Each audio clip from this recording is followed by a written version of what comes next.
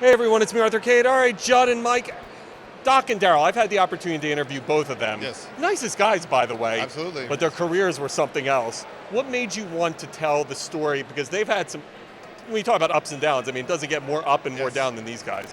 You were a lifelong Mets fan, and Judd approached me about joining him on the project, and I said, of course. I mean, it's a fascinating human story, and that's really what we were interested in, was looking at the real people behind those crazy ups and downs that everybody is so familiar with. This is your first documentary. I mean, you made so many incredible movies. Yes. How's it different making a documentary? Well, you can't really punch anything up. It is what happened. That's you can't change anything. It's just the truth. But I like getting to the core of people's stories and to show all the dimensions and all the struggles people go through in life. So I'm interested in it for the same reasons I'm interested in the stories that I write.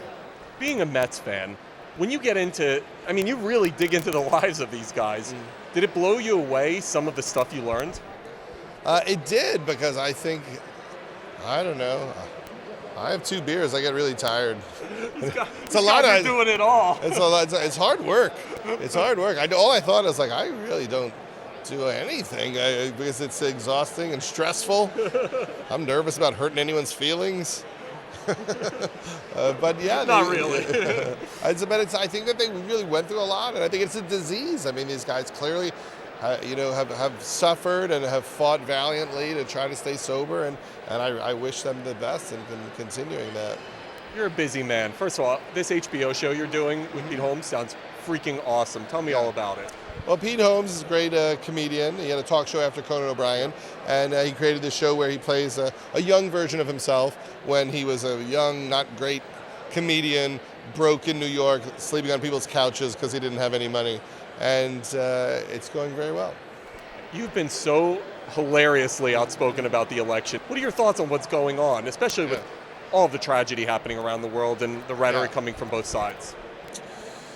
Well, I think it's an important election. I mean, it's the difference between somebody who is capable of being responsible for our country and just a crazy person who is amusing and gets a lot of press because they do things that are shocking and humorous in some way, but a very scary person. It's out of fiction. I think if it was a book, no one would believe it.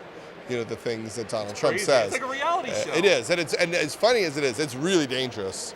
It's not a person you want in charge of your life. I mean, just that article today in the Washington Post about how he always talks about all this money he gives to charity, but he basically gives almost nothing to charity. He's that kind of person. I don't think he's someone that we want in control of our nuclear arsenal. When you look at so many great comedic names you have built and you have made and found, who are some of the people you're looking at right now that you can see being the next Amy Schumer or the next so-and-so? Well, there's a lot of people I like. I love Pete Davidson from Saturday Night Live. I think he's one of my favorites.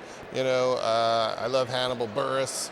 Is hilarious. I love the show Lady Dynamite, Maria Bamford's show. I mean, I'm a fan of all comedy, and I think there's a lot of great people right now. The Seinfeld Comedians in Cars is coming out tomorrow. Can't wait. What can everybody expect? Well, I think it's a funny one. I think it's pretty good. Jerry told me it was funny. He's like, Judd, this one came out well. He's like, we wouldn't air it if it's not. Yeah, I think he would have told me too. Judd, it's terrible, but he said it was a good one. So I'm excited. I'm excited for people to see it. We talked for 3.5 hours, so I hope I didn't say anything that will end my career. But I'm excited to see it. How great was it working with this guy in this documentary? It was. I've been a fan of Judd since the Ben Stiller show, and getting to work with him it's been such a pleasure. I learn every day, and it's just great. It's been wonderful. Great collaboration. Michael did the best 30 for 30, the one about Bo Jackson. One of my favorites. That dude was, talk about a beast. I've never seen anything like that. Like, you start sitting wondering, is this for real? Like, it's hard to believe. I guess it was for real. Yeah, it was for real. Yeah, and this film is kind of the flip side to that. That one was a fairy tale. This is about as real lots of drugs, as and rock and roll. Yeah.